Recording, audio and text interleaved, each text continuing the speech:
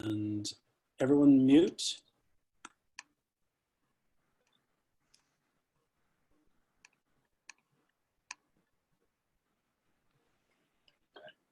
You good?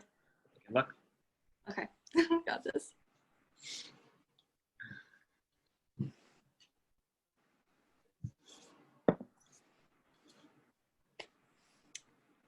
Wow. I don't think anyone's ever asked me that before.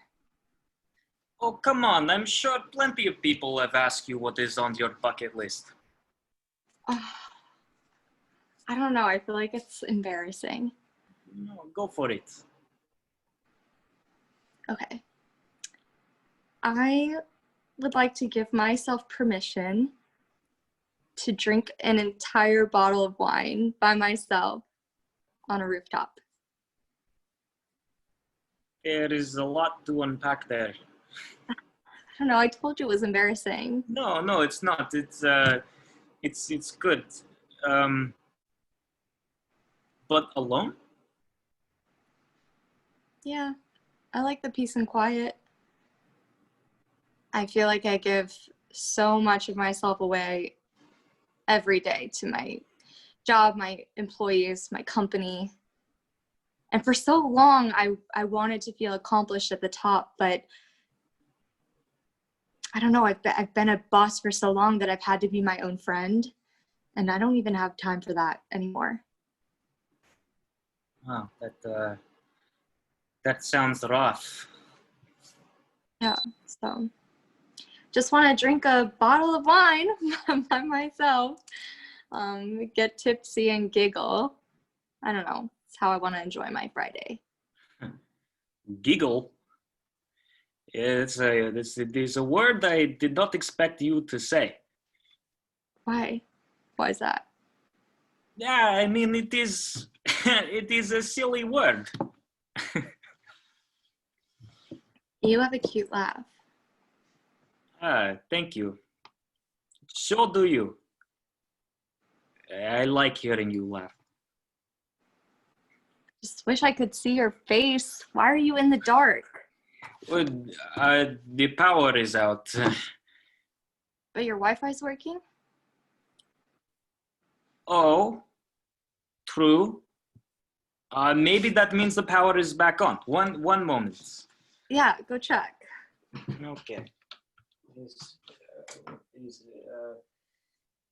Oh, so strange. You know, it looks like it's still not working. That's very odd.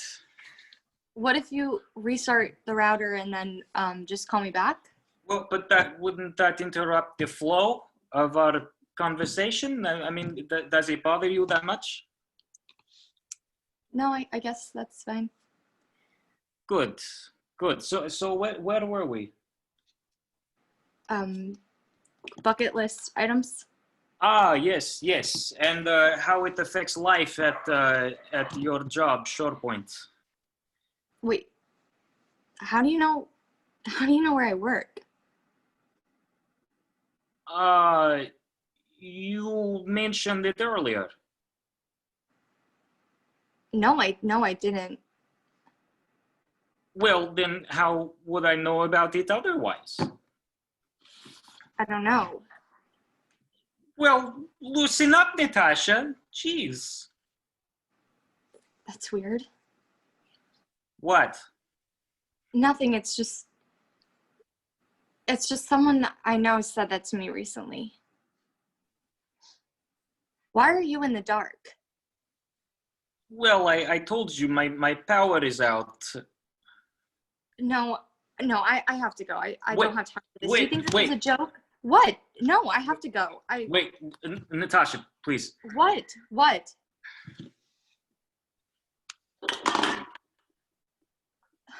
Me. Alex? Yeah. Why? Because I thought it would make you happy. What? No, I don't understand. Is this because I called a meeting on Friday? I have to go. Wait, Natasha, just let me explain, okay? Why? So you can embarrass me even more? If you valued your job, you would let me leave. I have to go. Yeah, Um, look, I do value my job. Okay, but I also I value you. I guess I just want you to be happy. I don't know. I wanted to.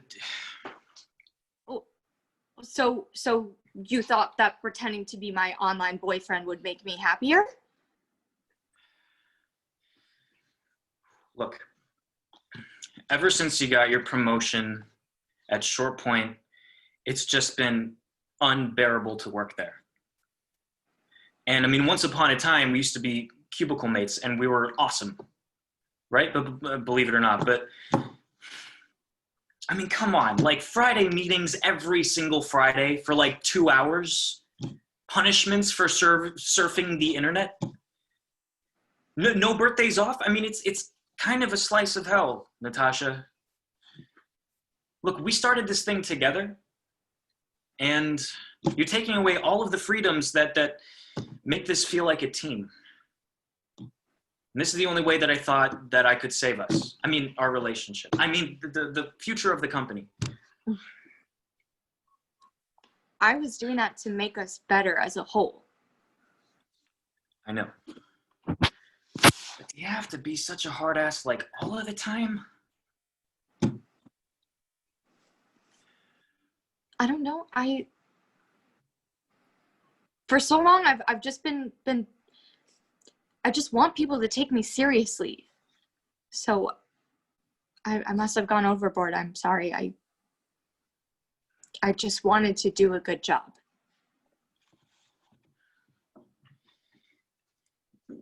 Well, Natasha, I think you still can. Oh my God, this is so weird. Couldn't you have just written me an email or something? I tried, but you said that if you wanted Spam, you would buy the can. So, I said that. yeah, that and a lot of other things. Look, I am sorry, Natasha. I didn't mean to embarrass you like that. And I really hope you can forgive me, okay? Yeah. Yeah, I forgive you, Alex. But we're gonna have a long talk on Monday in my office. Okay, yeah, I understand. So we can discuss and strategize on ways to make the company better.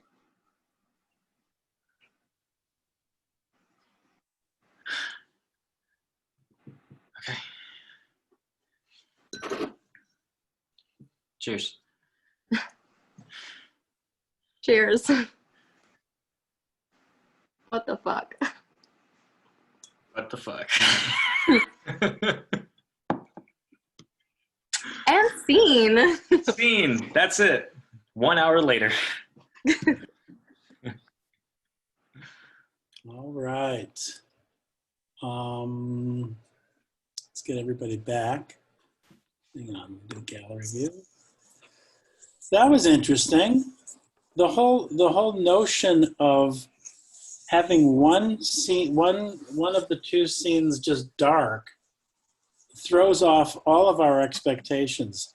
I mean, in a way, it's a way to use Zoom kind of in a very different way. I think that's very cool. I had a question for Vaz. Mm-hmm. What I wasn't clear, and maybe that's intentional. I wasn't clear on what the absolute nature of their relationship is. You talk about I guess, starting the company together and being cubicle mates. Yeah. Mm-hmm. Beyond that, what's the nature of their relationship? So we talked about it a little bit. They used to date. They went on like maybe 3 or 4 dates, and she wasn't really into it. But he's a little still into it, which is why he did the thing that he did. Let me just tell you. First of all, I thought the writing was very intriguing. I really liked the strange use of a blank screen. I thought that just pulled me into it because I thought, when is this guy, when are we going to see him? Exactly, which is what Emma's character was thinking, when are we going to see this guy?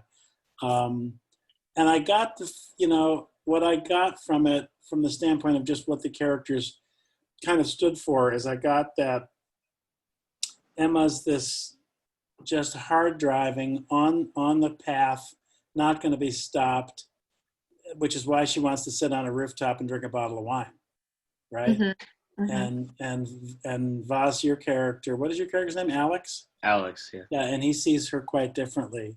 Yeah. I think if I had one observation about the writing, which I liked, is that I kind of liked that there was some ambiguity about their relationship, but I feel I would have liked to have seen just a few little hints around the edges of more of that. I think it would, without being too explicit.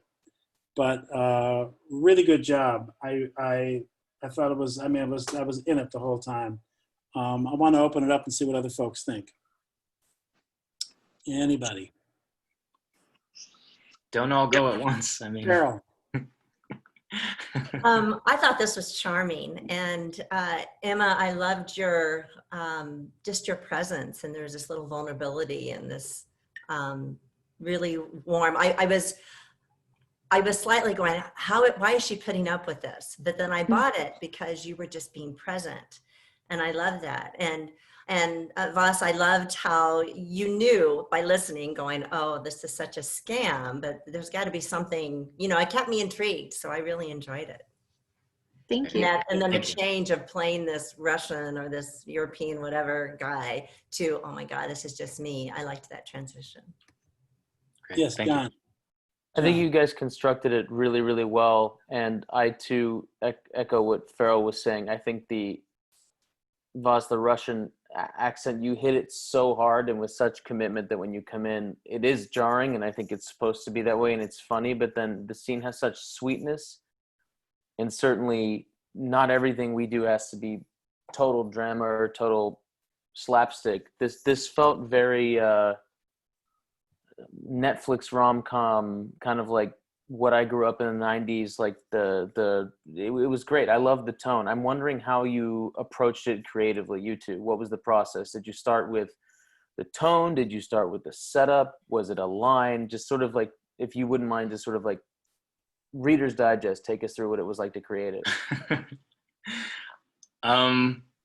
Well, honestly, Emma did like all of the writing. Which is like totally amazing. When we started like talking about this. Yeah, but you came up with like the concept, and then we talked about it, like we fleshed it out so much that the writing was like easy, because we had talked about like what the elements that we wanted, the characters, their relationship. Mm-hmm. Yeah. And so you backed into it with like, okay, it's going to be an employee, jilted lover, and a boss, or just like a little more in depth in terms of like what the process was. I guess I don't know. It's like it kind of just came out like it didn't feel like there was a whole lot of like thought or method to it. It's kind of just like we said, oh, it'd be kind of funny if we did this, and just like kind of went from there to there.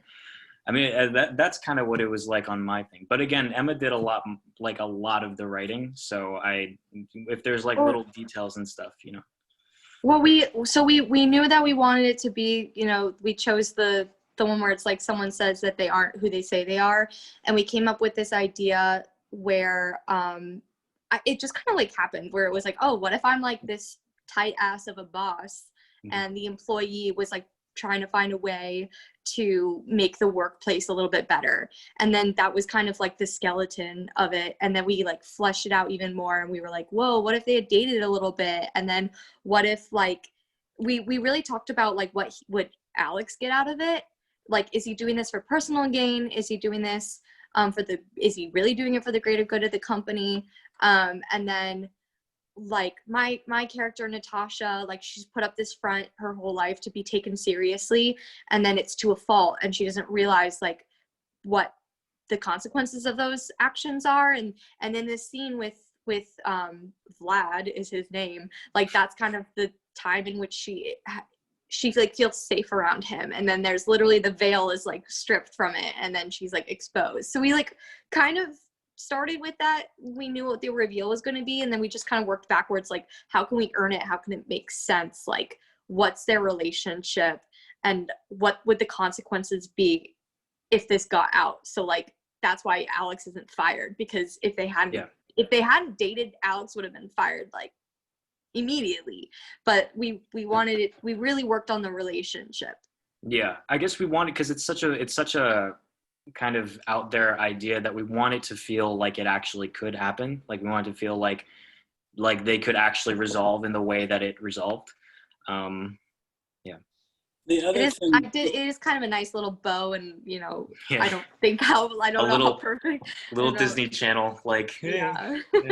the other suggestion that occurs to me as you're talking about it is that, Emma, it's you're fighting against, for you to be taken seriously as a hard-ass boss. You're young and very feminine and girly and sweet, and so I think there's a hard edge. There's probably an opportunity. It might be something as simple as you get a text from work and you say, hang on, I got to deal with this. To somehow establish that you have this other world that maybe keeps intruding on your joy of wanting to just drink a bottle of wine on the fucking rooftop. Yeah. I think that would go a long way, because your natural essence is feminine and girly and soft. And so if she's really a hard ass boss, that's a very quick, easy add-in that would, for me, I enjoyed it. I loved it, but that just occurred to me as you guys were talking. Yes, John? Yeah. I thought the same thing, even peppering in a bit of her inability to relax, the more that he refuses to show the video, a little more of like, okay, it's sexy, right? I'm down for the game. You got an accent, you're keeping me in the dark. But the longer it's in the dark, it's like, I'm on the clock. When is this going to end? Yeah. Like, to see a little bit of that hard edge, so that then when he comes out, he's just not a prick, like playing a joke. It's like, oh, we see kind of like what his motivations were benevolent, although maybe the outcome or the sort of way he did it was childish. But I do like the way you worked in a whole story and a backstory to the scene, and it didn't feel ham-fisted. Like I can't think of a line of dialogue to me that was like, oh, that's exposition we're being fed. I think from a writing and performing standpoint, you guys really pulled it off. And the other thing that was cool is that because we have this high concept of the screen being blank, of Vaz, your screen being blank, when you are revealed, we see this. The minute we see you, at least from my perspective, I went, oh, he is so into her. He is so in love with her. I just got that like right away, just because, I don't know, you both have really, really strong, clear sense of identity on the screen. And so that was just, the whole reveal was nice, was really nice. Thank you. That's actually the part I was the most insecure about. Like when I took, like every time when we rehearsed this, I would use a cloth. I would take the cloth off and I would be like, I really hope I don't sound lame. Like, it's me, like I didn't want to do that. No, but it was sweet. It was kind of sweet. I thought, oh, he's got a thing for her. He's like, she's a heartbreaker. Yeah, I dug it. Anybody else? Yeah, Kels. Yeah, I definitely got the relationship once it was revealed, but I'm curious to know how you guys would flush out the relationship of this supposed guy, because I felt like Emma was super comfortable with him already, which wouldn't be the case in a first date. So have they had phone conversations? Have they had texting back and forth? Because I think that will add another layer to the deception of what's really been happening, and maybe layer in more mortification on her end as being played. That was just something where I was like, it's super sweet, and I love the comedy feel to it, but I want to know how much longer it's been going on and why this time is enough for her. That was just, and again, like, I liked it. I really enjoyed it. I love the conceit of it. That's just a thought of where you could go next with it. Definitely. Thank you. Yeah. Cool. I agree. Cool. Cool, as someone I know says. All right. By the way, I forgot to mention when we started, welcome to this first scheduled class. This is our first kind of scheduled class, and I'm so happy everybody is here. Thank you all. So number 2, we have Abigail and Bianca. Before you guys get started and before we mute, what writing prompt did you guys use? We did a superhero. Superhero, okay. Yeah.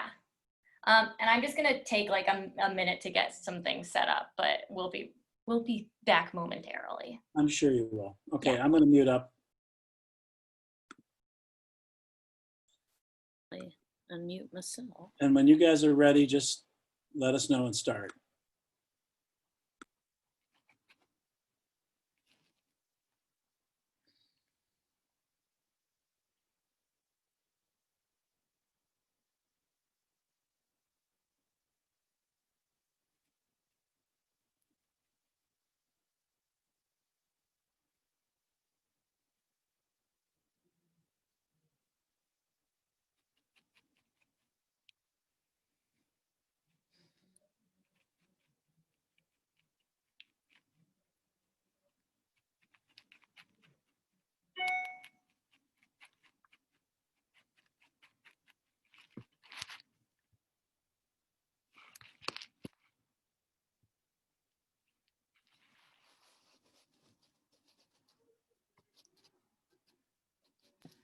Okay, Bianca, I'm ready. You are? Yes. Okay, sweet.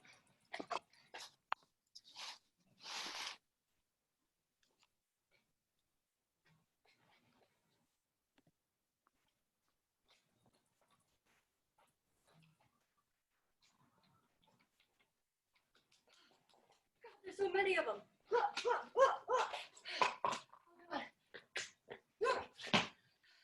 There's too many of them. I'm gonna need my help. Mr. Lucky, are you there? Hello? I need your help. Sharon, our Bible study doesn't start till 6:30 sharp. Please refrain from calling me. Until then, bye-bye now. What was that about? Oh God, I must have misdialed. Okay, Siri, call Mr. Lucky. Hi, this is Becca. Hi. Sharon, I'm not going to ask you again. Please do not call this phone number unless it's an emergency for the bake sale Friday. Okay, bye-bye now. I'm not Sharon. You most certainly are not. Hi. No, I'm so sorry. I don't mean to keep bothering you. You don't happen to know Mr. Lucky, do Listen, you? who did you get this phone number from? Are you one of those teenagers prank calling me again? A No. TikTok star? No. Did Lisa at the front office give you my number? Nope. Gosh, I'm terribly sorry. As you should be. God bless you and this Mr. Lucky character. A good day to you. Oh my God. Oh God, there's so many of them. Okay, come on now, Siri. Let's try it again. Mr. Lucky. Go for Becca. Jesus Christ. Do not say the Lord's name in vain, young lady. Ma'am, please. I don't know why my phone keeps calling you, but it must be for a reason. I am El Diabolo. Diablo? No. You're Satan worshiper now, aren't you? No, it's the Diabolo thing, you know, at the circus and the fun things and the. Oh, come on, I don't have time to explain this. I am here to defend the city of angels, and I need your help. My help? Without so much as a please? Please. Child of God, how could I possibly help you? Okay. I am trying to contact my sidekick, Mr. Lucky, but he's not answering. You can summon him. All you need to do is take a lucky item, dangle it out the window, and say, I'm feeling lucky. Look, a rabbit's foot would do. A golden Buddha. Well, all I have in front of me is this Bible. I'll take it. Okay. Oh, Lord, Heavenly Father, as we walk into your light, let Mr. Diplo find this Mr. Lucy character. Amen. Quickly, citizen, please. Say amen. Yeah, amen. Oh, God. I don't know how I'm going to get out of this one. Ma'am, do you have the Bible out the window? I'll pray for you. Oh, and don't forget, the bake sale is Friday, and bring Mr. Lucky or whoever. No. Goodbye No, now. Have a no, blast. ma'am, please. God. Stay back. Ugh!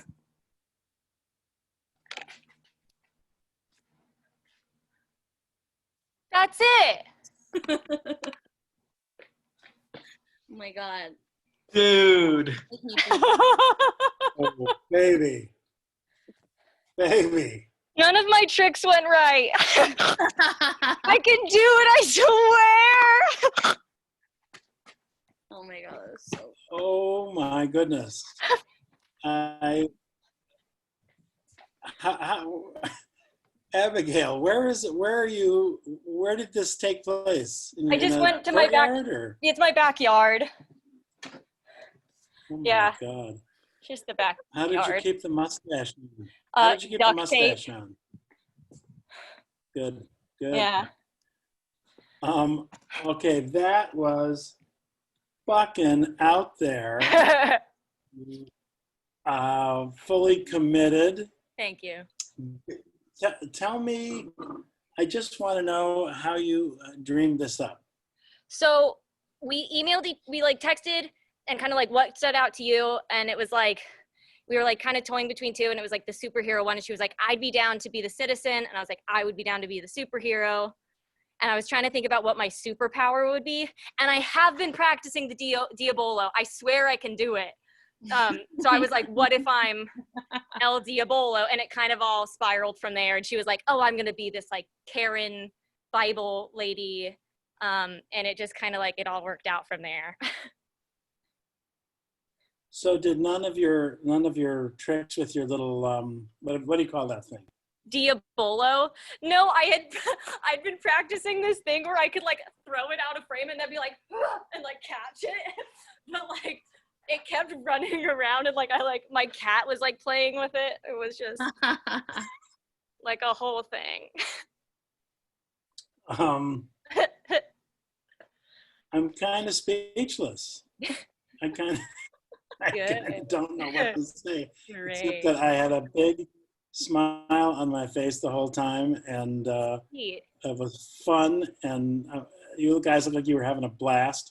Yeah. That was really funny. Let me just open this one up. Who has things to say? Vaz. So that, I think Michael said it best. You guys looked like you were having fun, and that was like, that's what made it fun for me. Like it looked so enjoyable to do that scene. And like the characters were just like so realistically weird and just like fun. And and I love the old lady thing. I assume it was an old lady thing that Bianca was doing, right? That I was cracking up the whole time. Great job. Seriously, that was so enjoyable. Thank you. Yeah. Kels. That's the magic of these things. I didn't think anybody would choose that prompt when I wrote it. I'm a terrible person, sorry. But you guys both just went for it. And that is so inspiring and so fun to see. Bianca, I've never seen you be that big and bold in your choices. And you're super funny, but this was a real step outside for you, which was super fun to watch. And I mean, I thought it was funny and creative, and everybody on here is smiling, because that's just what we need right now. We need those joyful, fun, watching actors have fun, create something different. Oh, awesome. Thank you. I kept because the person in me that has critical skills, as however they are, is watching this, trying to decode it and figure out what the fuck's going on. Then I'm like laughing the whole time, going, it kind of doesn't matter. No. Really? I mean, it does, but it kind of doesn't, because the enjoyment that you were taking and that we were taking from it sort of overtook any logic I was trying to lay onto it. So no, I really dug it. You guys look like you were having a blast. Other reactions, please. Yes, Emma. Oh my God, that was so much fun. Abigail, I literally like snorted when you said, when you're like, ma'am, do you have the Bible out the window? Just like this seriousness and like you were like really needing it. Oh my God, it was brilliant. You guys were both so fucking funny. Thanks, Emma. Thanks. John. John. I concur with everything everybody said. The success of this is on both of your full commitment and then your mutual agreement, and whether you talk about it or not, on the tone. Because if y'all had been off, it wouldn't have worked. But we, like Michael was kind of saying, it doesn't really matter what it's about. We just enjoy spending time with these characters. I would love to see these characters accidentally speak again under different circumstances. And it was the full commitment that both of you were doing, and then the world that you sort of sucked us into. The comp that kept coming to my mind was like the training montage in Shazam. And it's like, that's the best part of the movie. You don't even care who the villain is. Like, you just want to see more of that. And it was just a blast. It could have gone on and on. And I think, Abigail, because I follow you on Instagram, I've seen you training and it was great. And then when it kept going wrong, I was like, oh my God, I hope she keeps wolfing it, because to me, that was additive. It went you under just my powered dad's through. car at one point, so when I ran off, I was like under my dad's car grabbing it, and then I like came back on. But no, we like talked about, we were just like, it's just really, really silly, and like that's just like, let's just be super, super goofy. And last thing I'll say, and this is just has nothing to do with the seat itself, but I applaud you both for finding ways to sort of reinvent what Zoom can be, because not to denigrate what anybody else has done or will do with just speaking to camera, but the change in location and, you know, revealing yourself off. I mean, you tweaked the medium to really fit the scene versus adapting the scene and making it feel like, oh, we're sort of making a compromise. And that's cool. I never even thought of that. It was really neat. Sick. Yo. As soon as I saw the opening shot, Abigail, of you in the garage with the paper mustache on, I thought, okay, all right, we're in for something here. But I agree, and I remember having this kind of observation about certain things back when we were all meeting in person. There is great value to being silly and to being in a directed, smart way. And as I said, as I was trying to figure it out, and I thought, fuck it, I'm just having a blast. It's so much fun. And they're having fun. And we could use more of that in the year 2020. So that was awesome. Anybody else on this? Yeah. Anybody else? All right, cool. Cool. Let's move on to Travis and Farrell. And when we'll all just mute up and you guys can start when you need to start.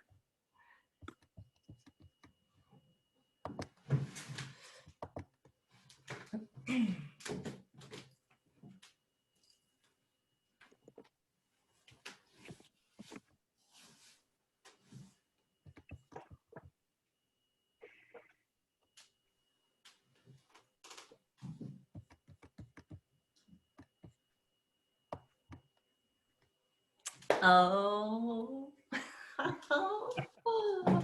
Oh, hello, Mary Ann. I'm so glad you had the time to meet with me today.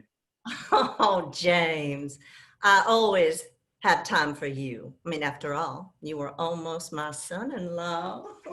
Oh, Connie's just going to be so delighted that we connected. Oh, well, tell her I say hello. How is the family? Oh, just wonderful. We were just having a chuckle about this morning at church. Oh, let me tell you, that minister was on fire. How's your father? Dad's good. Dad's good. I can tell he misses the good old days, but it's election time and that always gets him riled up, so. Oh, well, we do miss him in Washington. Yeah, but I am just so glad that you decided to run for his seat. Yeah, well, you know, it just wouldn't be the same without O'Neill in the office. Well, I remember when Constance and I were young, staying up late so we could eavesdrop on your debates. It's probably why I got into politics in the first place. Oh, your father. He could debate why Swiss cheese was the only cheese to have on the sandwich with as much, stubborn passion as why everybody should just have universal health care. I see that same passion in you. Well, thank you for that. Speaking of debates, you put on quite a performance against our young Democrat running for your seat. I have to say, I'm surprised that the race is so close. Oh, I wouldn't say it was close at all. Well, you really got the crowd going with that Human Life Protection Act. You don't really agree with all of that, do you? Well, of course I do. No one should be given the choice to murder a precious child. What about victims of rape or even just a young couple who isn't quite ready to give up on their careers before they even have a chance to get them started? No. Murder is murder. I am sure that your priest would agree with me.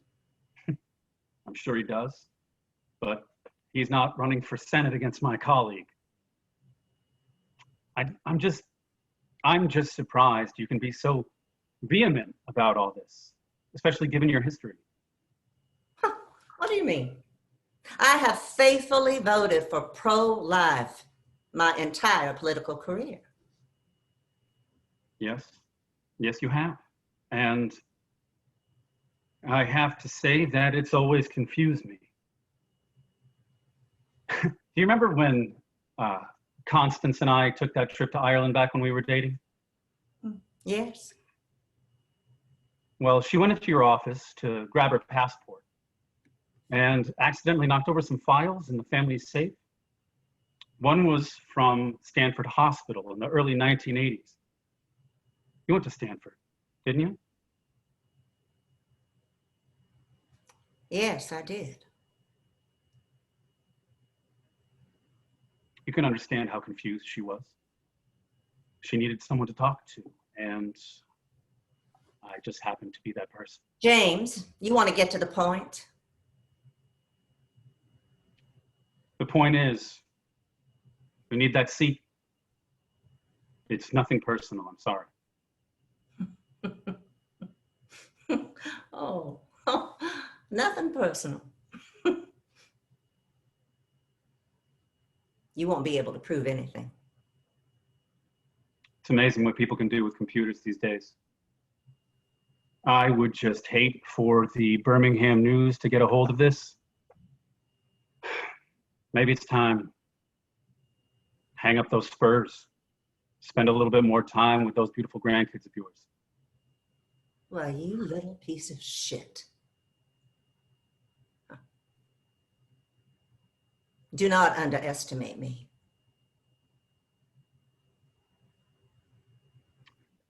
I'll let you sleep on it. But if I don't hear back from you by tomorrow, you'll be waking up on Tuesday to some very bad news. It's your choice.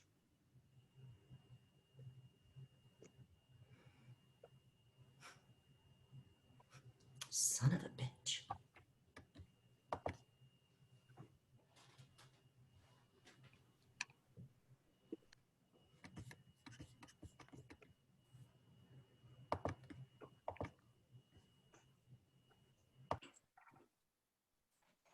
Hang on.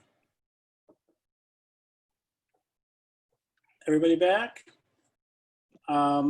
Farrell, if they ever need someone to play that part, you're it. Yeah. That kind of user-friendly but hard as nails female Southern senator. Shit. Put chills down my spine. I had a little trouble. Was everybody's internet stable? Yeah. I missed a few things in mine, so it was kind of going in and out, for which I apologize. But so I missed a couple of plot points Um, Travis, what did she find in the office when the files tipped over? That part went blank for me. I didn't hear it. She found a medical record from Stanford Hospital in the early 80s. And Senator Clydesworth went to Stanford University. Right. And of And course, it was I an know that's abortion? my abortion. Yeah. Okay. That's what I was piecing together, but as I say, my internet went wonky around that time. That was very cool. What was the prompt again for this? Someone blackmailing a politician. Right.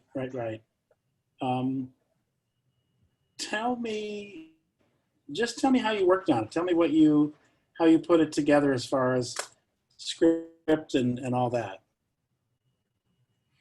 Well, we got together via Zoom, and we just went through all the options and broke it down to like our top 3 and then our top 2, and then we thought it would be interesting to have in today's climate to have the Southern senator who's pro-life and the Democrat, and that there is a family trust, a family friendship through all the years, and that he ends up blackmailing her. Like, none of that. And even subplot was he probably is also the one that got his father out of office so he could run. Yeah, we had to cut that out. No, it was very good, and it was very extremely of the moment, let's say. She's like that. Do you know who that Senator Marsha Blackburn is? Anybody know who Marsha Blackburn is? No. That's who you were doing. Look her up. Marsha Blackburn. She's an attractive woman who is hard as nails and super right wing. I loved it. I just thought it was really real and very, very, very centered. What did I write down here? I can never read my writing. It was centered. It felt focused. It felt like I also felt very strongly that about their prior relationship and friendship. That seemed to be very nicely encoded into it as far as understanding that they've known each other for quite some time. I want to open it up. Anybody else want to talk about this one? Yes, Abigail. For Pharrell, you like, I thought that I got like so much oh my gosh, what's her name? Mary Louise Parker, like vibes, like just like strong Southern woman, and like just like an innate lovability.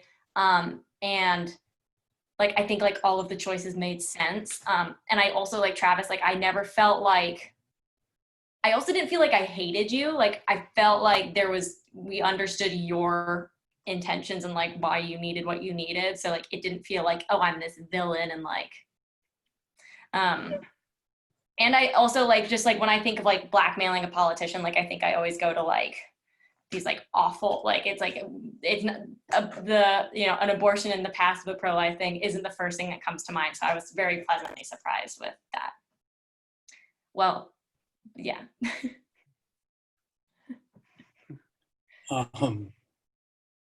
Anybody else? Yeah, Bianca. I really loved it. I feel like you guys were very real, and I was like, it just felt like I was watching some sort of like episodic thing, like a limited series. I don't know, just the banter worked really well, so I really enjoyed it. Voss. Great job, guys. The tone was chilling. It was like very, very engaging, and there was a certain point where I was just watching you guys interact, and I really forgot that it was a scene. Like it felt like it was really, really happening, and I stumbled upon some random call. That was really, really great. And there's something else that you guys did that I always love when like actors do, but it's when there's like a line drop or there's something intense that happens and the two characters just sit in it in silence, like for an appropriate amount of time. I love that because it just adds so much to the tension. It's like a rubber band being pulled. Great job. And the accent, Senator Clydesworth, just great job, guys. Thank you, guys. line, Farrell. I wrote it down, but no one should be choice. What is that line? No one should ever have the No one choice should be given. of a precious baby. I think I said child, but Yes. When you said that, and this is a testament to you, when you said that, I thought, oh, she said that in about 300 different speeches around her state. It had that vibe of something she has, it's a point of view and a line and a statement that she has curated and mastered. You had there was a strong sense of that being a kind of a cornerstone to her belief system, whether she really believes that or not. It almost doesn't matter. She makes us believe she believes that. Just the way you said that line was really, really smart. Other reactions? I thought I saw another hand. Cameron. I really caught some really strong, like, world of Beau Willimon or something. Like, I loved that moment where you were talking about, where we really get the sense that what you're doing, Senator O'Neill, is something you're fighting for, something you believe in, but also, like, it's just the way this is transactionally working. You play to win, and this is how you win, and it's not personal. And I think it really draws a big parallel to one of the big contrasts we're seeing now is the difference between how politics is done now and back in the days where Republicans and Democrats would, like, go have drinks or dinner together after a day on the debate floor. Like, I really saw this stark contrast between one person who believes in respect and dignity and the fact that at the end of the day, this isn't cutthroat and we're not going to do anything damaging because we essentially respect each other. And the other person who's like, well, I'll give you the guise of that if that's how you want to play it. But ultimately, I'm going to play to win. And this is how it's going to happen. As much as I don't like that I have to do this, I will do this if this is necessary.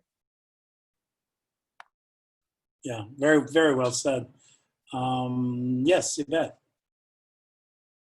To piggyback off of that, as I was, like, watching you guys, it just made me just reflect in general what politicians are and, like, what they do. And it's just like the relationship that you guys gave it showed is like, yeah, we're politicians, we have our titles, but we also have, like, that family bond. But then right when you brought in the abortion, you made it personal, even though it's not supposed to be personal. But the fact that you hit the nail on the head is just like, oh, it just turned personal and you're going to get it just because, like, you want to get the seat. There we go. So I thought that was really fascinating, just really, like, relatable even to, like, everyday life, not even just politicians, but just anyone who's willing to go that route.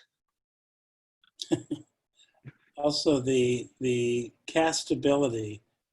Both of you guys could play these roles anywhere. I mean, it's like obviously you're creating something for yourself and each other, but I mean, just dead on down the middle and right if we were casting these roles, both of you guys would be tremendously good in them. John, yeah. Yeah, there's people who can do really smart dialogue, and then there's people who can, like, imbue it with something more. And I know both of you. Farrell, I know for a fact that if someone greets me at the pearly gates, I hope it's you. Like, you are the nicest, like, the categorically nicest person I have ever known. And so to see you do this is just a blast. But I agree with Michael. Like, you fully embody it. And Trav, you too. What you did with this guy, and I think what Cameron was sort of referencing is, like, it cost you something. It cost your guy something to do this. This wasn't his world. It was his dad's world, but now he's in it and he's got to, like, do it. And this, I just wish I could see more. I messaged Farrell privately. I was like, I hope you guys saved what you cut out of it, because there's value in you two doing it, like, and taping it to see the fully embodied piece. But it was yeah, it was evocative. It was almost, it was grimy based upon what we're going through now, but it was also timeless in a way that it could have been from The West Wing. It could have been from Farragut North. It could have been from any of these. It was timeless in a way that I feel like it fit. You could do it for 3 days at the Condor, but at the same time, now that we're going through what we are, it took on new meaning. But yeah, you two were, it was sizzling. Sizzling is the word I would use. Well, I will say that in writing it, Travis had recommended that we do it in Google Docs. So we improv'd just online on Google Docs, and then we would make comments on the side. So we kind of fleshed it out, but it was almost like a chess game. I'm curious, did anybody else work like that? I've never worked like that, but several people recently have told me that that's like the way to go, and it seems so I've never fun. done it either. Cool. Anybody else on this? I agree with John. I mean, if you guys, this is something you could flesh out and do more with, and I would encourage you to do it. It's so spot on for both of you in every possible way. Now, of course, you are casting yourselves, but and if that was the way of the world, wouldn't that be wonderful? But it's just, it really plays into both of your strong suits. Travis, yours is you always imbue us with intelligence and empathy. And in this case, more than that, because he's got to do the deed. And Farrell's like the velvet hammer, you know, she's soft on the outside, but thank you, John. I'll be here all night. It's like the velvet hammer. I mean, she hits you hard, but it's just this beautiful feminine package of But we like it. rage. We like it. Yeah. The velvet hammer. That'll be Farrell's new moniker. I like it, yeah. Farrell, if you ever go into like 80s hair metal, that's it. Velvet Hammer live at the Roxy. Right. Wear your mask. Anybody else on this? All right, we're going to move on to Yvette and Caitlin. And what was the writing prompt you guys chose? I thought we were last. Oh, I'm sorry. No, you're right. You are. I miswrote it down here. We have Cameron and Christine. And what was the writing prompt you guys chose? We did the tech bro and the homeless sibling. Oh, okay. All right. Okay, we'll mute up. And sorry about that mix up, Yvette and Caitlin. You'll be next. Here we go.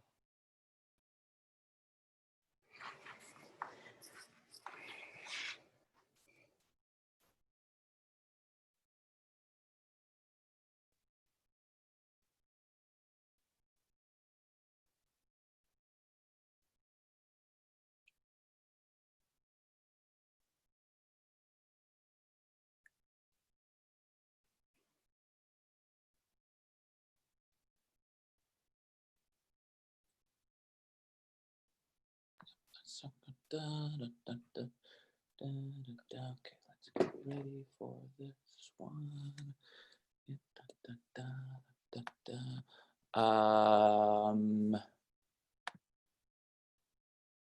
Hello, is this Aaron? Oh.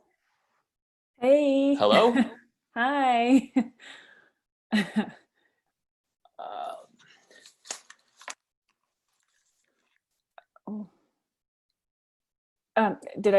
Can you hear me?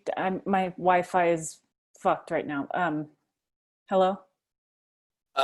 No. I'm here. Well, if it isn't my dirty hippie sister giving me a call in the middle of the workday. Good. Glad we're still reducing my work to being a dirty, filthy hippie. Hey, Andy, I'm okay. Not that you asked, but how are you doing? Great. You know, just living the dream. Got to keep my eyes on the ball, you know, just trying to keep up with all the projects and shit we got going on, you know. Cool. Yeah, that sounds like a lot. Yeah, you know, that's the life you sign up for when you work at Zenload. Hey, uh, listen, I'm sorry to cut you off. I really do want to hear more about your wonderful work life. But I also really want to be respectful of your time. And actually, I am kind of in a bit of a time crunch myself right now.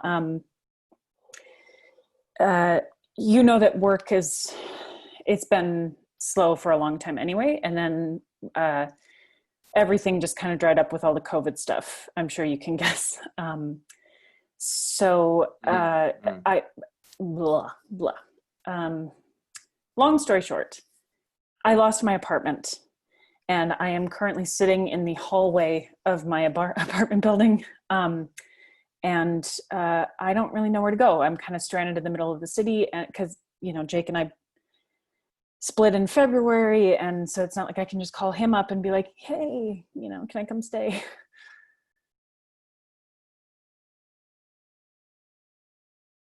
Hello? Oh yeah. No, that's great. That's great.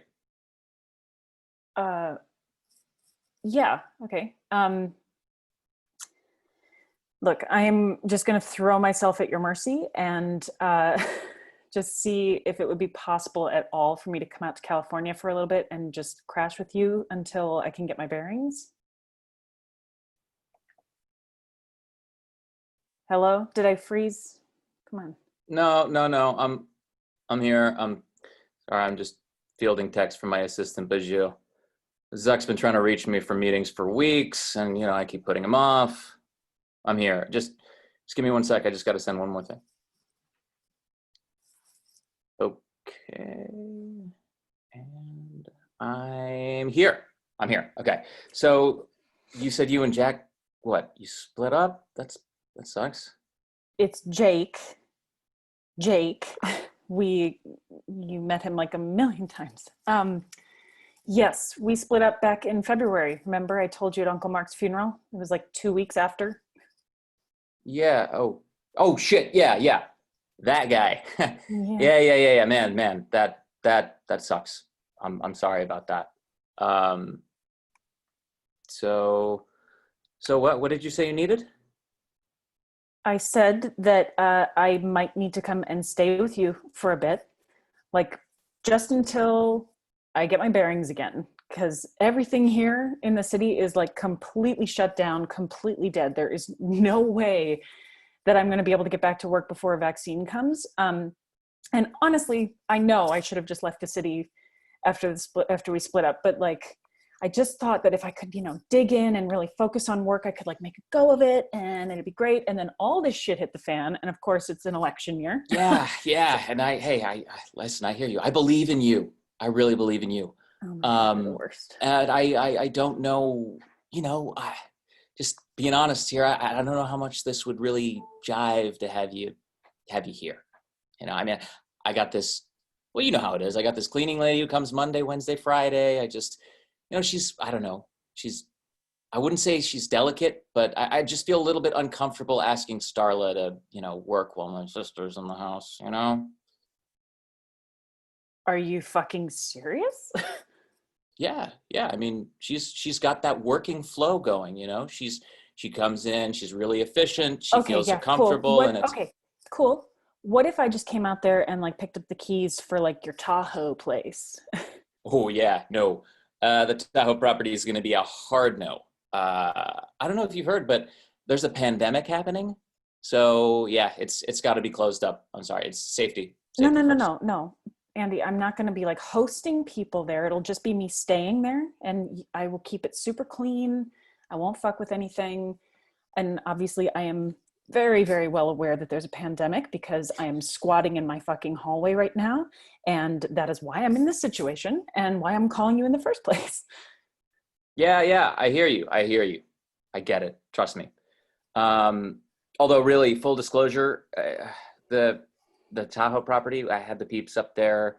It was like this Zenload retreat. And, you know, we kind of wanted to just clear our heads, you know, decompress. I mean, Zenload is really stressing how important it is to balance productivity with like mental health and shit. And you get it. Cool. You get Yeah, it? yeah. So you guys, you know, did a bunch of blow and played mini golf all week. That sounds fucking great. Yeah. So the Tahoe property's off the table. Okay. What if I just like stayed on your boat? The boat, no, the boat is gone.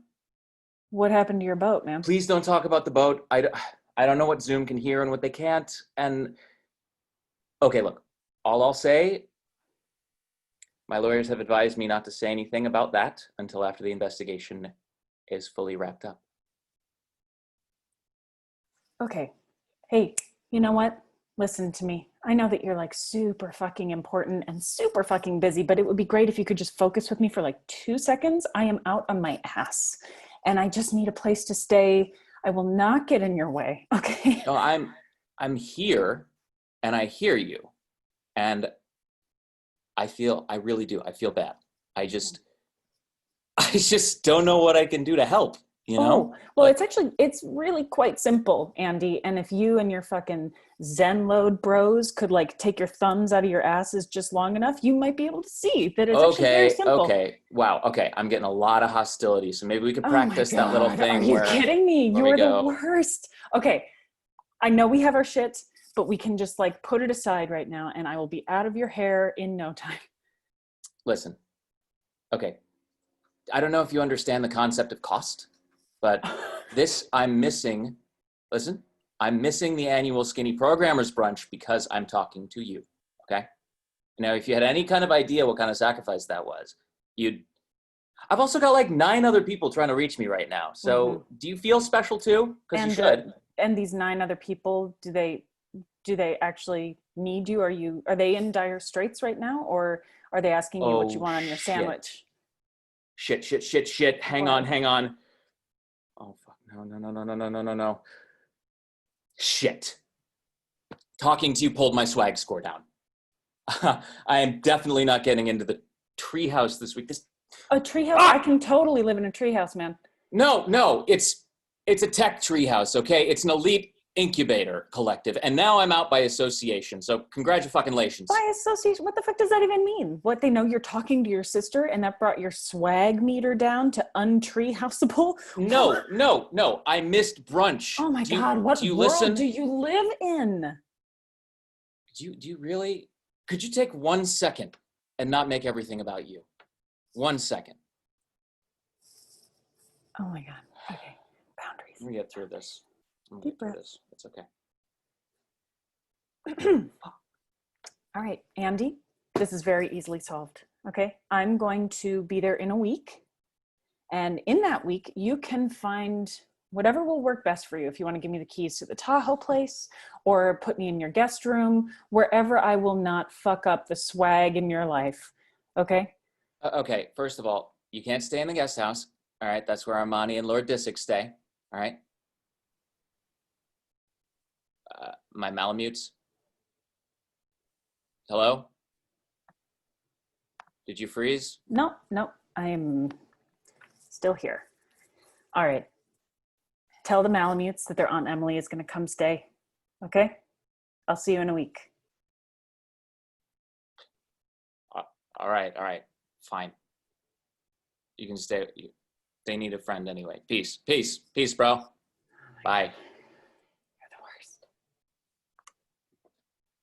Bijou, could you bring me my lunch now, please? Thank you. You're late. We don't have time for this.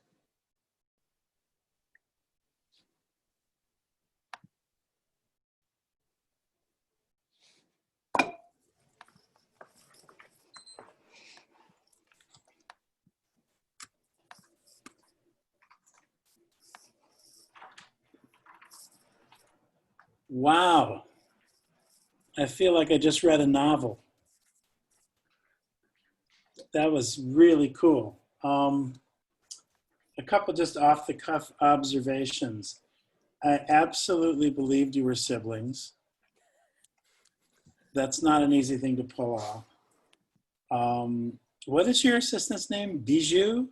Bijou. Yeah, that brilliance, I cannot claim credit for that. That is Christine. That is Christine. Bijou. Yeah. Yeah, Okay, man. got it.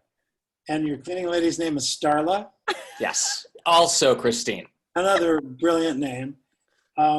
Christine, what was her work? It's actually not that important, but I'm just curious. What is she no longer able to do? I was sort of thinking that it was, I have a friend who works for something called Climate Justice in Action in New York, and they had to lay off like 1 billion people during everything. And so it's like, you know, someone who's working for kind of these grassroots organizations that would have very different values from a tech bro. Right. Yeah.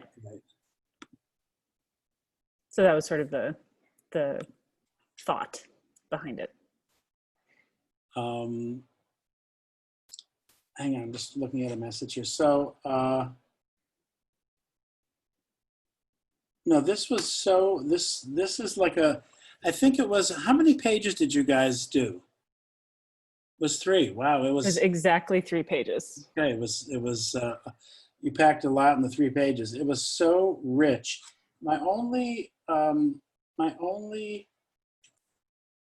thought was for you, Cameron, is like, when does she get to you? When does she turn that around? When does she get to you? What is the thing that they obviously share parents in common? They share, all that. But how does she get to you? To me, there's this total reticence and rejection of anything that takes too much effort. And I think by the end, there's just like, for me, it's just the wearing down effect of like, when she changes to, I'm not going to ask for permission anymore, I'm showing up, right? Do something to stop me. Then at that point, I get to the point where I don't want to deal with it anymore. Fine, like I've spent too much time on this issue as it is, and I'll work on kicking you out next because I can't deal with this anymore. Right. No, it was really, really rich and dense, and I love the use of your background. I love the phone just kind of being right there all the time. Yeah, we know these guys, and so she wouldn't call you unless it was the absolute last resort, right? So tell me about that, Christine. I kind of was going with the idea that like maybe both the parents were gone. And so it's like, this is the dude that I can call on that like is, but that it's definitely a charity. Like we said, I think when we were rehearsing a little bit before, it was like, this is her just like shredding every scrap of dignity and groveling at the feet of the guy that she bashes at Christmas, and so that kind of like, hey, how's it going? Is sort of cringeworthy, but also the fuse is very short. I think that they bait each other and kind of, I think the natural mode is more hostility than anything else. No, I just thought it was so rich and so interesting, and but I'll open it up. Other reactions. Farah. One of the elements that I love so much is that the sister didn't go off on him. It's almost like you just kept like knowing that you can't because he's going to go and let you go, right? Because that was one of the conversations Travis and I had, is whatever ends you from either closing your computer or just letting go. Because in this, you can easily leave a conversation within Zoom, but it's like, you know him well enough. And it was almost like, to me at the end, it was almost like, I just need to put a little bit more of a authoritative voice on it and saying, I'm showing up. And he was like, oh, okay. Right. So I love that element. And Andy is just like, you just want to slap the hell out of him. And it's like one of those people in the world that just everything he touches turns to gold. And then he also still gets in trouble. One scenario that went through my mind is I thought maybe his background would go away and you would see that he was in a warehouse or something, that he had already lost everything. That's why you can't come here. But what's lovely about like all these thoughts going through my mind is I was so engaged. I thought, until what Michael said, absolutely bought you as siblings. Really good. Thank you. And all that was missing was the 2 Malamutes. Yes. Other thoughts, observations? Yes, Kels. Yeah, again, I love you two as siblings. I think that it just worked so well. And Christine, I love just like the restrained quality of the need to really get him to listen. I'm curious, Cameron, if because he kind of stays the same through the whole piece, right? Like we don't really see a lot of change in him. And I think you had a couple like go-to catchphrases that he obviously uses. And if he's a really good boss, maybe he can be really he can be really honest. Like, I hear you and I understand you. And that might just give you another quality to play with. Like, if he's somebody who's really good and really smart at what he does, he's a tech bro, but he's also a really good boss. And he's also a sibling. And I think if you try to vacillate between those 3 things and even just a little thread of hearing her say that she needs to come and stay with you, and then you can squash it, I think you could flush him out a little bit more so he's not just a tech bro. Like, he is and he isn't. Like, it totally worked, but it didn't make me think, what's next? And I think if I thought what was coming next between the 2 of you could unveil in something, I would be curious to see what that looks like. Sorry. No, I was going to say, Cameron, we were toying with that. He wanted to kind of lean into that, especially at the top of kind of like the color of whether he was genuinely listening or not, but sort of this like, oh yeah, I really feel for you. And I sort of I think we kind of just agreed that it was like, let's try to do a little more, like he's got the power and he knows it. So, but I think that in a world where we could play with it more, we would definitely, he was going that way, he was sort of leaning that way. And so I think that would be cool to explore more. And And to Kelsey's point, if he treated her, if he dealt with her as he would deal with an employee who was giving him an issue, that would just drive her up the fucking wall, right? Like all of a sudden, hey, I don't fucking work for you. I'm your sister. Whether you actually say that or that's the subtext. I mean, because these guys like this, if we can generalize, deal with everybody the same way. Everybody's there to serve them. Everybody's an employee. He may be really good at dealing with employees, but he's not really good at dealing with his sister. So it was really interesting. Other comments? Yes, Abigail. Yeah. So I think that it started off with like a great tone of just kind of like where these 2 people aren't connecting. And as soon as like, Christine, as soon as you were like starting to be like, look, so there's these things, I was like, oh, please don't ask him for help. Like, please don't do it. Like, there's just that thing where it's like immediately in that. And I think that like you go through a lot of great reasons and a lot of great options, but I think that you could have made them a bit shorter, just so like, because it was like, okay, you can't come in for the because the cleaning lady, you can't go to Tahoe because of the retreat, you can't go to the boat. Okay, let's not talk about the boat, and then like let's move on to this next thing. So we're just like, we're trying our best to make it work. And I actually, like, Cam, I felt like when she's telling you like the whole story, like you weren't listening, but I thought you could listen like even less, because when you came back in and you were like, oh, you and Jack broke up, because it like showed that you were listening. But if you like came in and you were like, Jack, and she's like, there's like seriously like no semblance of it. I wanted you to be like more condescending, like kind of what Kelsey was talking about, where it's like, and she's like, oh, we broke up, and you're like, oh, like just like that shittiness of it, where it's just like she is like holding it in to not tear you apart. Can I say something real quick about that? Sure, of course.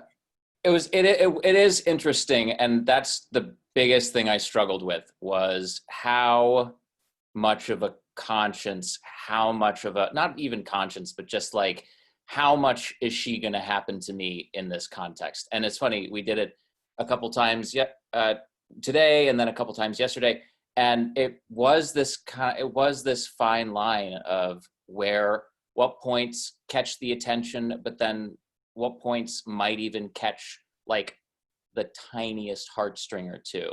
And that was really the challenge of doing this guy, was how can I really make those condescending moments like I don't care so much to where it's like a sucker punch, or like what are the semblances that maybe help her keep fighting a little bit, and just peppering those was very difficult. For sure. And to one sec, Kelson, to Abigail's point, I agree with that, Abigail. I think that because it's the whole scene is about persistence and resistance. She's persistent, he's resisting, and eventually we want to get to the resolution sooner, I think, of her saying, okay, I'm coming to California. Yeah. And I'll be staying here. And so I felt like it was a little long. I think it could be compressed and you wouldn't lose much. But tonally and just the believability of the siblings was primo. Plus, Kelsey, you had your hand up, I thought. Sorry. Yeah, I was just going to say some of this stuff with Cameron, your character in specific, I think could have been, I think if you just start thinking of it in genre, like, is this a royal pain show or is this an ER show? Because right now it kind of feels a little bit like it's ER in one section, but your character's in royal pains. Because he's just so on the one track. Do you know what I mean? Because I know it's really tough to flush it out, but when you guys work, it's making sure you're both exactly on the same tone, I think is maybe the key to this particular one. That's really helpful, actually. Thank you for that. Yeah, because then that can help clarify the rhythm and the world of it. And that's really great. Thank you. Okay, sorry. John. I don't know that we've yet established a trope of a tech CEO, and I'm not accusing you of doing that. I think, Cameron, everything I've seen you do, I've really adored and loved. But I think if you were to take this to the next level, listen to Mark Zuckerberg on the Senate floor. Listen to the way that he condescends to the senators while still ingratiating himself. He's got an agenda, and he doesn't disguise the agenda, but there's still sincerity there because he's thinking so fucking far past them. But then counter that to Jack Dorsey on The Daily. If anyone knows The Daily podcast, Jack Dorsey did a long one on the New York Times, The Daily podcast. I hated the guy. And then I listened to it and I thought, my God, he's one of the smartest guys in the world.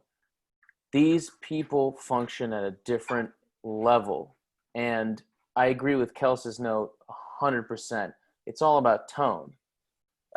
I've not seen those shows that you referenced, Kelsey, but you can go, I'll go even broader. Like, you can go Ben Stiller, Zoolander, like mustache twirling, I'm so bad I don't have to be redeemable, it's a lot of fun to watch.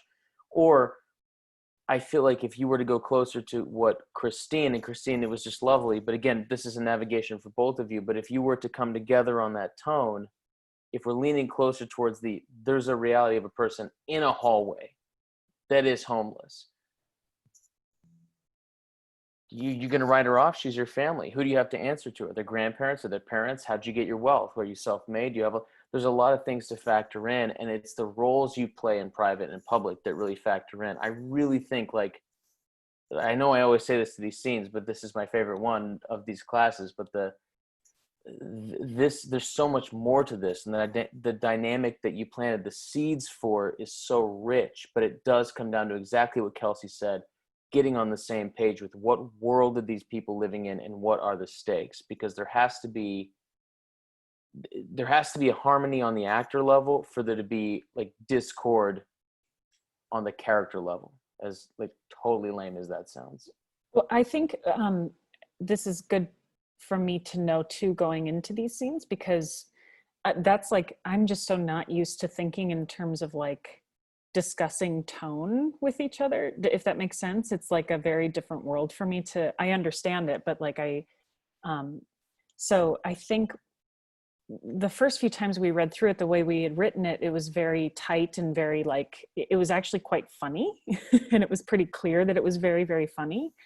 And like, not absurd, but sort of a heightened sense of just like, what the hell is happening?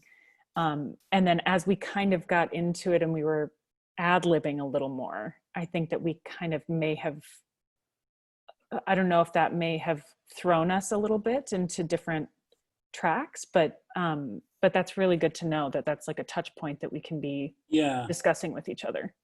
And also, as we're talking about it, obviously we all got a lot from this because it's provoked a lot of really, really good thoughts and notes and discussion. The writing prompt itself, the concept is a metaphor for what's going on in America. The rich tech bro, the homeless sister, she's the do-gooder, he's the capitalist asshole. So it's a really, so you stake out these, talking about tone, you stake out these kind of polar opposite positions, but somewhere in the middle they have to meet. And I'm not sure that actually happened from a tone standpoint, but it was superb. It was so good and so much fun to watch and so interesting. And I just absolutely, for me, the most important thing was that I totally believe they were siblings. And I don't know how you do that, but you did it. You accomplished that. Great stuff. Anybody else on this one? Very quickly, the senator from Texas was called out by the senator from Abigail Sims in saying Ben Stiller from Zoolander, but I meant Dodgeball. And since we're recording, I had to make that right. I had to correct it. It's so important to me. To correct it for the record. Duly noted. It has been entered in the record, Abigail. All right, we're going to do Yvette and Caitlin now. So let's all mute up and we'll check that one out. I'm going to take a minute in getting myself ready. No worries, take your time. Okay, and Caitlin, I'll let you know when I'm ready. I was about to say, okay, cool.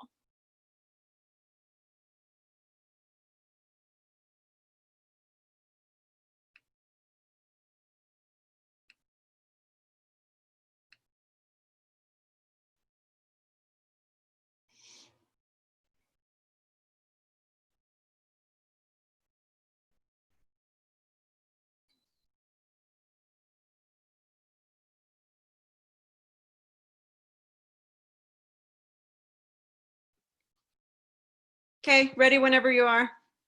Okay.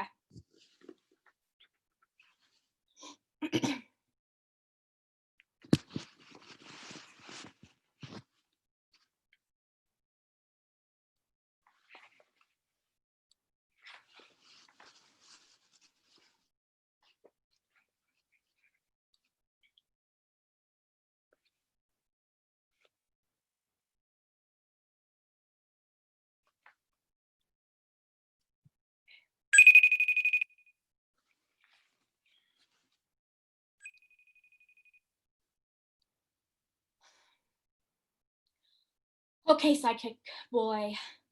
Operation Viral Vengeance is a go. Are you trying to set your kitchen on fire again? You know the number I gave you is only for emergencies, right? Hello, Dr. Jessica. How are you? Hold on a second.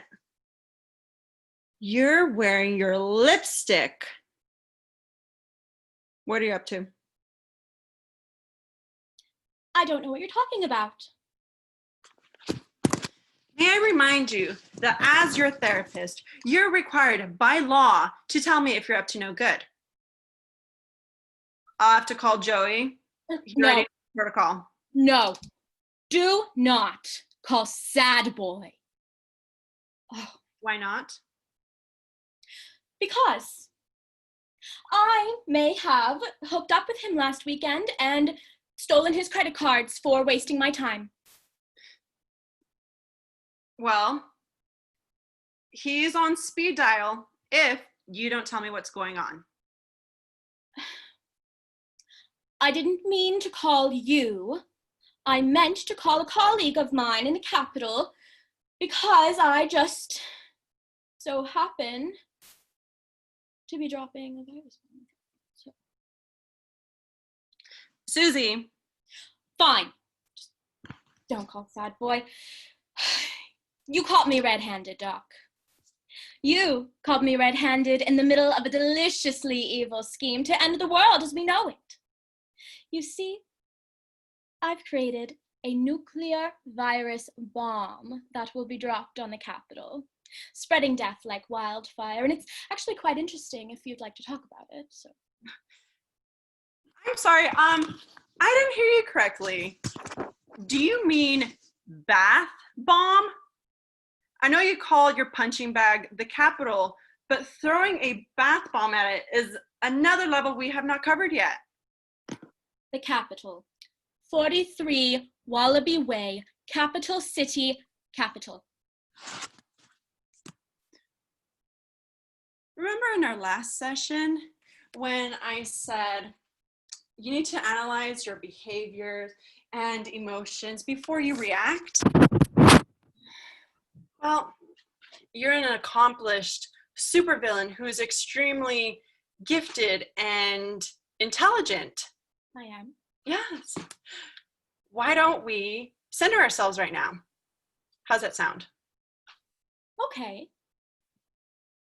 My centered self believes the Capitol is full of murderous scum anyway, so why not burn it all to ash? Can you elaborate more on that, please? If I remember correctly, your file mentions that you were orphaned at the age of 8. Does this operation have anything to do with that? Joey's on speed dial. Fine. Well, Doc, I suppose we all do come with one sob story or another, and mine just so happens to be that my parents are dead because of me. When I was 8 years old, I was outside playing in our tree house, and my parents came outside and they were screaming my name, telling me to come down, and of course I didn't listen.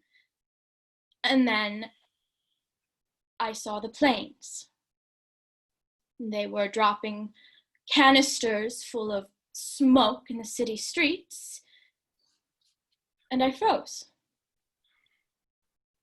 I didn't know what to do. I just sat there. I was just gaping, and then I felt my father pull me from the treehouse, and we started running into the bomb shelter. But the door was locked.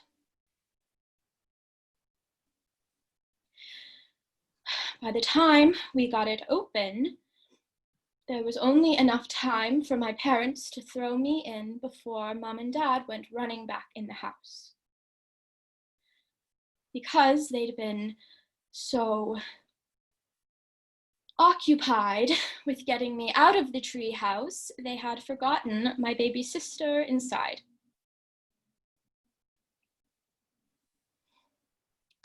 By the time I gathered the courage to come out 3 days later, everyone I knew was dead.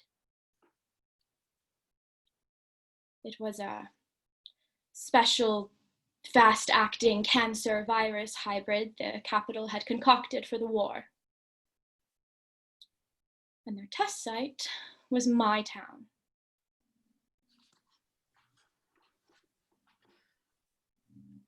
I really appreciate you sharing this with me. With this operation you have in mind, what's your goal? Justice, of course. Justice or revenge? No, it's not like that. Are you seeking revenge on the Capitol? Stop it. You know that this call was not an accident. There is good in you.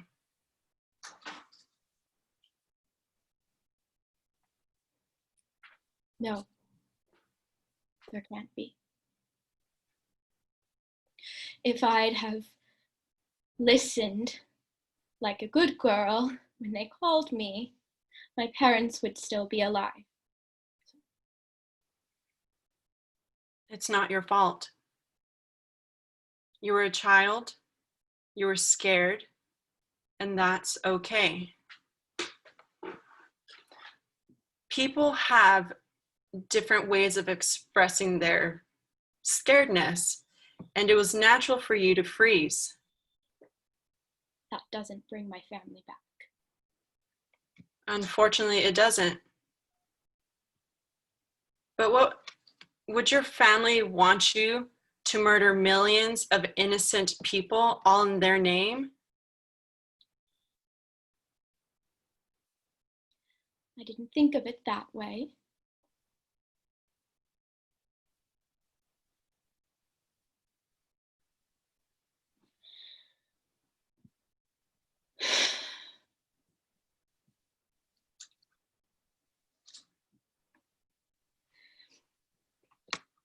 I'm disarming the bomb.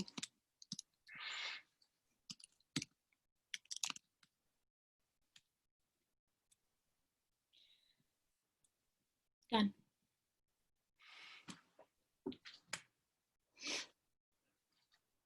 Susie, I am so proud of you. You did the right thing. This doesn't excuse the Capitol for what happened to my family. No, it doesn't. Tomorrow, you and I will file a criminal report on the government.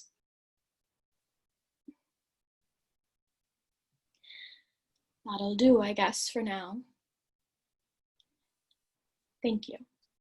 Mm-hmm. You're welcome. Also, by the way, it's not Susie, it's a bad bitch. Okay, bad bitch.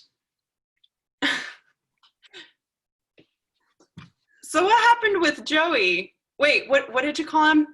Sad boy? God, sad boy. Don't even remind me. It was one time. It will never happen again. Afterwards, he kept playing Hey There, Delilah on his ukulele. And he just wouldn't stop until I said, you know what? Thank you. Next. And that is why you don't mix protocol with pleasure. Well, that's fair. Okay. You did good today. I'm proud of you. I'm going to go now because this is getting really hard. I need to wash this off my face. But I will see you tomorrow. Okay? All right. Bye. Goodbye.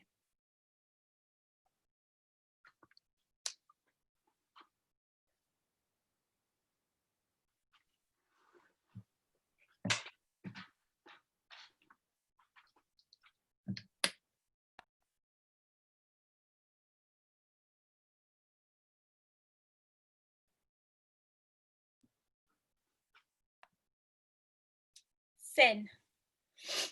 Oh. I forgot to ask you guys, what was the writing prompt you chose? I don't have those in front of me.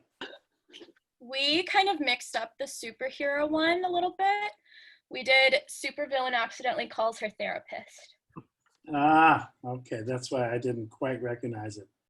We changed it up, spiced it up. It's all right. I'll be honest, I had a little trouble following what was going on. Part of it is this kind of genre, like my mind goes blank, so I'm going to leave that to others to illustrate. But Caitlin, the sense of focus and intensity, part of it is that makeup is extraordinary. It just kind of blew my mind. How did you tell me how you guys worked on it? We started by just kind of going through or we were like, we're gonna look at the prompts and like choose our favorites, and I feel like we kind of agreed. We both really liked the superhero one, but we were just like, but what if we like change it up a little bit to like kind of better fit us? And that's kind of how we came to which one to choose. Yeah, do something that the rest of the class hasn't done yet. I don't think others have touched the villain part yet, from what I remember. So we just wanted to like spice it up. And we both, sorry, I'm also taking this off because it's really hard. But we also, so we came up with like the super villain, and then we're like, because of our schedules, we decided to write our own versions of the plot, and then we came back together and we mushed both of our versions. And so we wanted something like funny, but when it came to something dark, we wanted to like go dark and show the humane part of the villain, of how it's just like she's that way because of what happened to her. She wasn't born like that. And then we wanted to get back to comedy because we didn't want to end it dark. I'm going to open this up because I'm still trying to figure out. I'm still trying to figure it out. Abigail. Yeah, I loved that the supervillain had a therapist. It was like very Joker, but with better makeup and hair. I was like super into that. I also really loved, like, it was a great juxtaposition of just like how you came on, Yvette, and you were Caitlin. So like there's comedy in that. I was not expecting the backstory to hit, and Caitlin, you were like, you allowed yourself to be very open and vulnerable, and the story was really clear to you, and it made it clear to us, and like I think that was really where like this scene shone.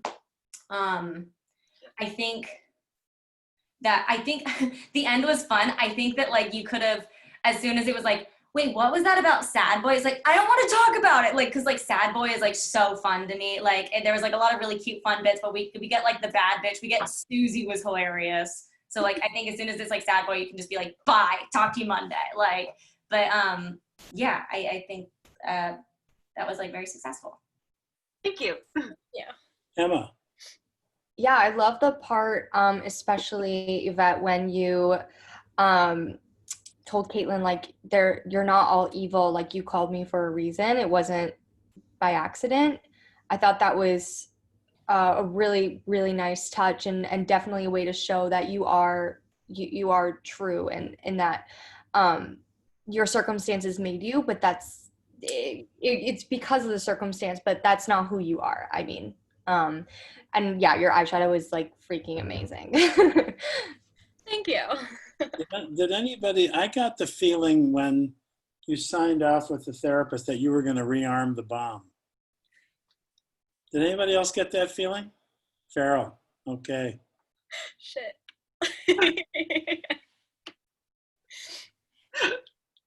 Yeah, I definitely got that vibe. Kels, did you have your hand up? I thought you. I did, yeah.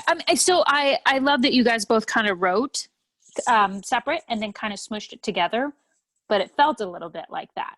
And I think that's just another thing of like, I think we don't talk about it enough in general about what world this is in. Because Caitlin, when you got to that section about how your parents died, that was Watchmen, that was Gotham, that was like so grounded and dark and seedy. It was delightful. Going for. So yeah, and it was, but it was just so, it pulls us out a little bit because you've set us up into this cool, fun, like Ant-Man world that's superhero comedy that isn't the same world. It just feels different.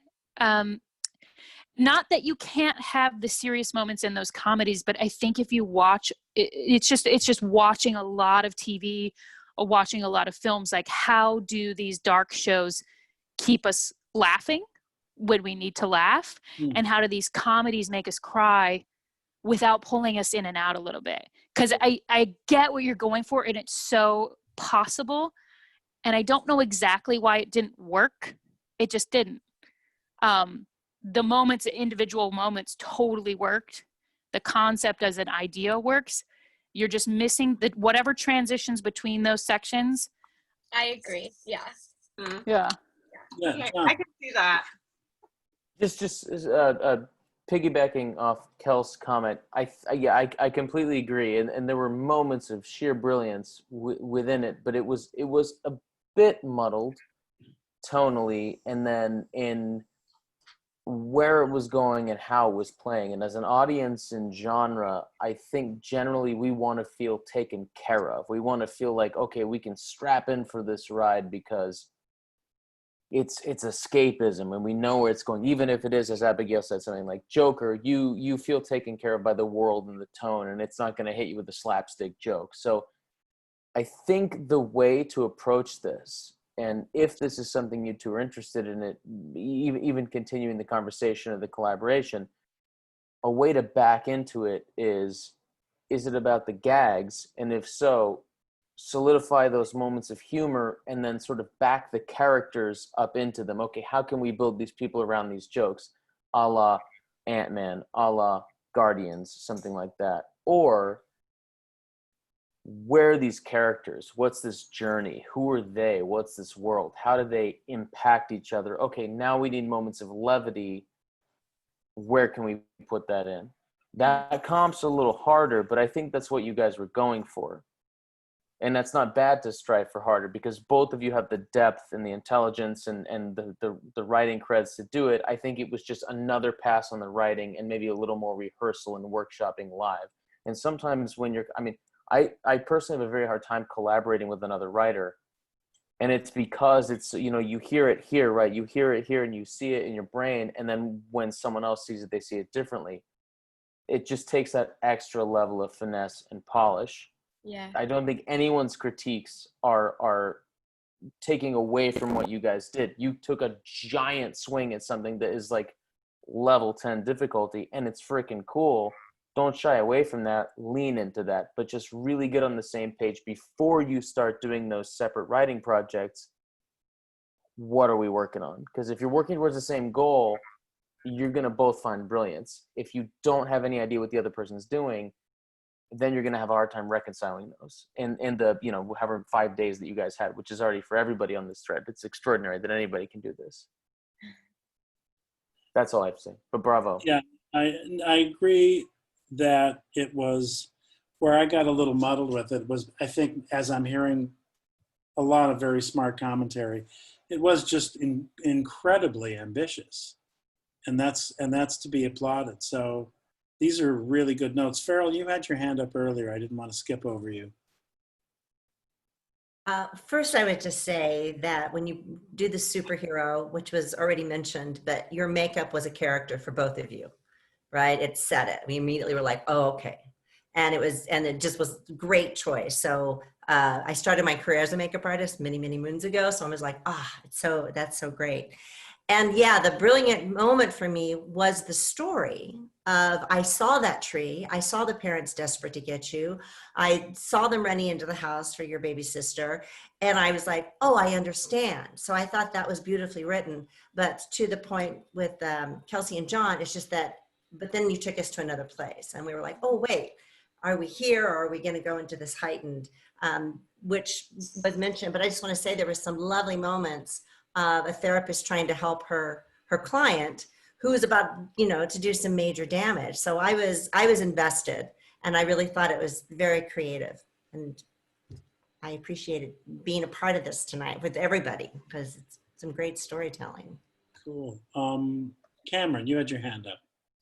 I just want to kind of piggyback on everything that's been said, and also regarding like the extremes of like mental state and emotional space that I was taken to throughout, and how that volleyed like from one end of a spectrum for me to the other. Like I see like really well-produced major motion pictures struggle to strike that balance and connect those dots. Like I thought at first it was like, oh, we're like in the world of The Incredibles, where it's very like Syndrome needs to sit down and like, you know, get his head on straight so he can execute another dastardly plan.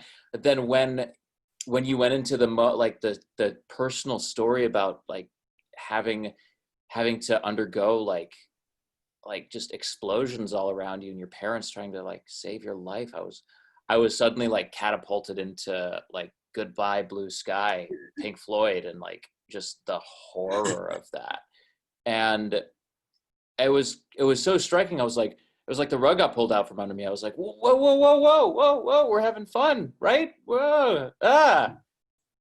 So I just want to commend you guys for like being able to like hop back and forth between that and just say like, holy shit, like there are people who get paid lots and lots of money to develop things that are able to do that, and that you guys like had the dexterity to do that and then jump there and then you know, bob here and weave there. Like it was really cool. Thank you. It means a lot. Is this helpful to you guys? It is. Yeah. I agree with everything. And yeah, I think it is like writing with another person is really hard, you know? And so it's just kind of learning how to communicate exactly what you see and how to make that happen. Where to meet in the middle ground where both parties are still want to collaborate with each other for the arts. Right. Anything else on this one? Just one thing that popped, one of the lines that I loved in the very beginning was, "You have your lipstick on." Like it was like she knew right away, oh my God, we're the world's in trouble. I thought that was very clever and fun. Thank you. I've been working on my vocal dimension. I've just been going at it. I was hoping that it would exceed in this. It did. It did. So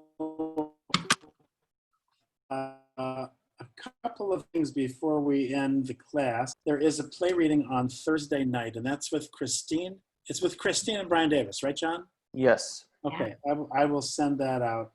Keep a lookout for that.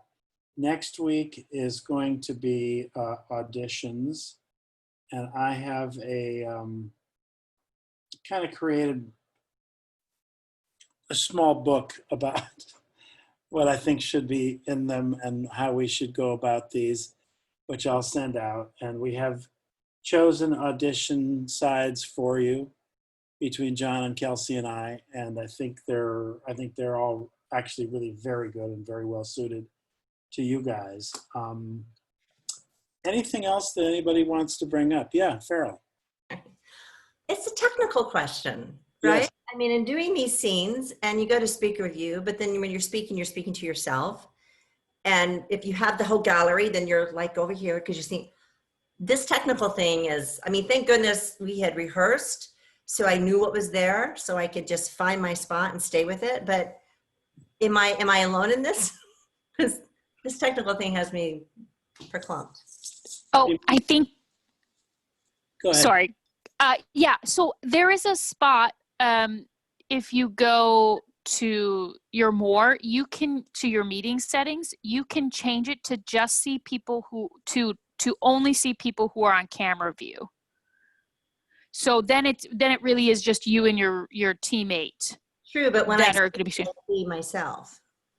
You right? can also pin the other person's. Oh, I need to know how to do that. So if you like hover over your scene partner, there's 3 dots in the top right corner, and then you can pin them. Pin video. Thank you. That is so Yeah. helpful. Sorry, No new idea. people. Sorry. We should have Emma, told you. What does, I mean, I'm not, what does that accomplish when you pin somebody? So instead of switching back and forth depending on who's talking, it'll just keep it on the person you've pinned. Ah, got it. Brilliant. The other thing I'll say for the audition ones where you won't have your dedicated scene partner on this call, we're in a COVID world, obviously. If you have a roommate, great. If you have someone who you trust to read with you in person, great. If you don't, stick someone on speakerphone, pick a point on the wall or on your computer. Do not jeopardize your health and safety for this. Just turn the volume all the way up, do your best, listen to it before you send it. But I personally have heard tapes and casting tapes where if you stick, an iPhone and you're on your computer or whatever, or someone's on speakerphone, it's just fine. But the rules that Michael is going to send out about self-tapes are totally gospel, and Kelsey and I have gone over them with him, and they're like amazing. But the idea of having a reader in the room with you, if you don't have a roommate or a sibling or a family member who you can trust who can get the job done, don't put yourself at jeopardy, and also don't feel like you're at a deficit. You can, like everyone on this call, you can even call your scene partner that you worked with for this one, stick them on speakerphone. Yes. And put that close to the camera. Just do the test, do the audio test. Do it once, listen to it, make sure it's okay.